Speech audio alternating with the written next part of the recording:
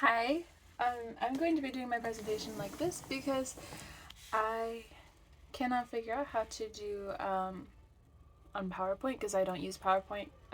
I use the free one on Google, so I'm just gonna do it like this. So my presentation is on deafness in a post-human era. Um, this is based off of a dissertation written by Joanne Weber. It's titled Becoming Deaf in the Post-Human Era, Posthumanism, Arts-Based Research, and Deaf Education. So this thing was about almost 500 pages long, so I would not be able to go through every single little thing. I did read it, but it was very, very deep, so I've kind of condensed it into like the main points. So this was the setting of her research. This first bullet point says the research was conducted with grades 6 through 12 to deaf adolescents in Canada. So her school was in Canada. Interpreters were present and were trained with SEE. So this is really important to note because later in the study they are trained with ASL. The classroom was English or SEE. ASL was used very rarely and always separate from the SEE class. So the only time she used ASL was to tutor very specific children and alone. Only if that was the only thing they could do. This last one. The class was specific for the deaf and other classes were mainstream for those HOH or deaf students. The questions that she had posed. Are monolingual classrooms best conducive to teaching deaf adolescents? So, monolingual being one language, SEE and English, which are both English. Can employing the posthumanism philosophy help deaf students learn better? These are the questions that she hoped to answer. So there's a lot of big words here. They were using all of these words that were really complicated, so I was hoping to simplify them. These are some terms to know. The first one being posthumanism. The theory or idea that all living beings are codependent and supportive of each other. The idea that humanity and change do not rely on agency of any one being, but on all beings. So basically, the idea that we're all codependent, there is no classes, or if there is a food chain or something like that, that it is not to be abused. So just like humans making plastic, more and more plastic, if we were in a post-humanist society, we would no longer be using plastic because we would recognize that is hurting the environment and hurting other animals. We would see all of us as the same worth, but we do not. Ontology, a branch of philosophy that that studies the concepts of existence, being, becoming, and reality.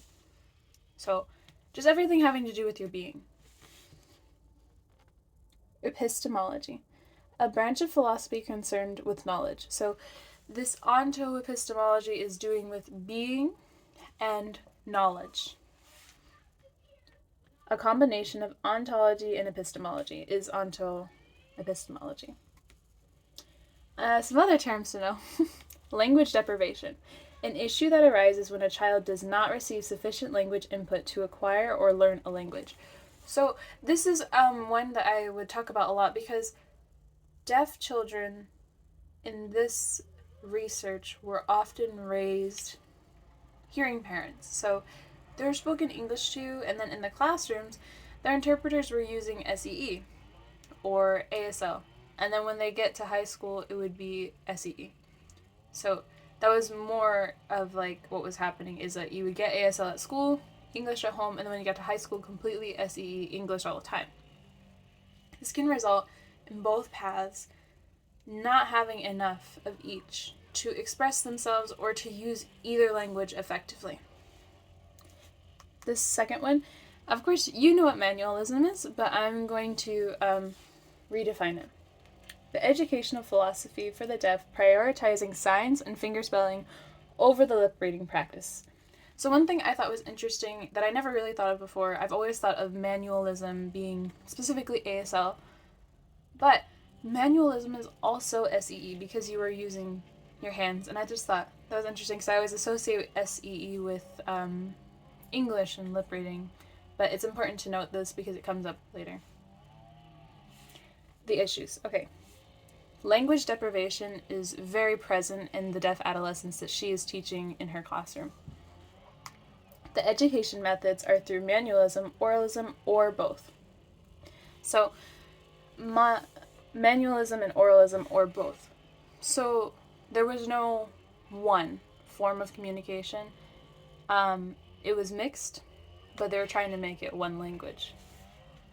Deaf adolescents have a spectrum of language skills between English and ASL, causing limited access to both languages. Monolingualism can cause division within the classroom, which is interesting to think about. One monolingual can cause division in the classroom. Here are some of her goals with her research. Remediating language deprivation through early bilingual education. So instead of trying to make this child speak only one language all the time, the goal would be to nurture both languages so that they can understand both and get farther in the hearing world and the deaf world. Show the unintended consequences of monolingualism in deaf education. Implement a new tutorial model in deaf classrooms to facilitate inclusive education. So, basically meaning the tutorial model being how to teach teachers to teach. So, opposite basically of what people were doing. She's trying to figure out a new way to teach the deaf that includes everybody and is not separating people by who knows English better and who knows ASL better.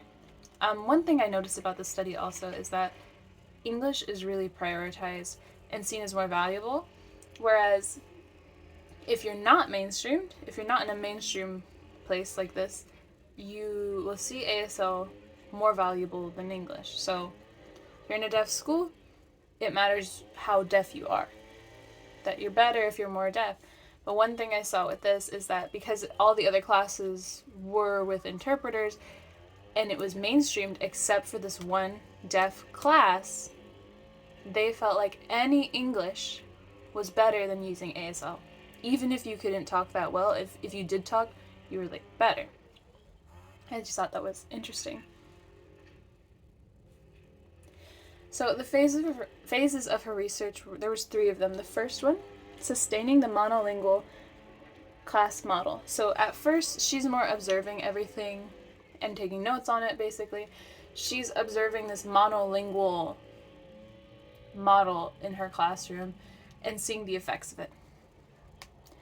The second phase is adjusting that class model. The third one is abandoning the original model altogether to allow for direct, not interpreted instruction. So not having to use an interpreter. Okay, so the first phase, monolingual class model, this took 6 years.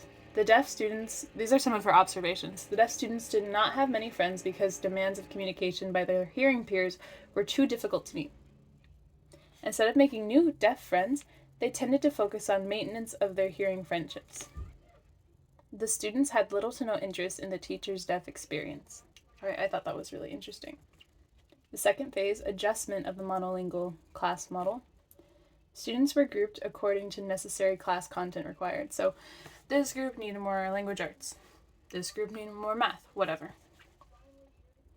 Integration of curriculums for English, psychology, and social skills. The second phase results. Students began associating according to their language preferences. Students who use oral English expressed a continued disdain for ASL with little interest in learning the language. ASL was seen as less intelligent, and being able to speak, even badly, was held in higher regard socially. That second phase was 5 years. Deaf culture and ASL were not being taught. ASL was the minority language, and Joanne was disheartened by this. I wanted to add that because she seemed to be very emotional in her writing. So, coming to this philosophy of post-humanism in the deaf classroom. The anthropocentric view and method of teaching monolingually often promotes exclusion, exploitation, and oppression of humans categorized as the other. So, anthropocentric means the view that we've had all along of deaf being lower. That if you are not speaking our language, you are not on our level. This idea brought her to posthumanism. So this third phase was 4 years.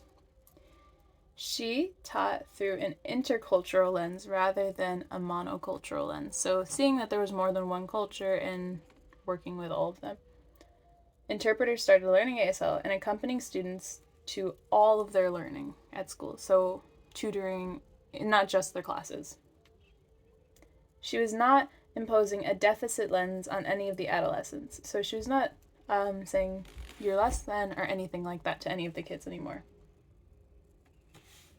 The monolinguistic method of teaching would only work in a monocultural setting. This was some of her notes from the third phase. By viewing students and teachers as on the same plane of status or there being no status at all, the culture and community began to grow. So, what can we take away from this? Imposing a monolinguistic model onto classes promotes exclusivity. Rejecting the anthropocentric view of deafness promotes intercultural inclusivity rather than trying to make the classroom monolingual and monocultural. It would be probably impossible to do that anyway. So that is the end of my presentation. I did not mean to go over time. Some other stuff I wanted to say about this was this took over 10 years for her to do. And some background about her, she has a PhD in all of her research. She is the only one that's ever done anything like this that I could find. She is very reputable. Her English is amazing. She is fully deaf, born deaf, and she talks a lot about her own privilege in her dissertation. I really recommend reading it. It's not hard to find. You just type post-human deaf. She's going to be the first one to pop up. She's the only one that's done anything like this. I thought this was really interesting. So, thank you so much, and I cannot wait to see you after spring break, Angela.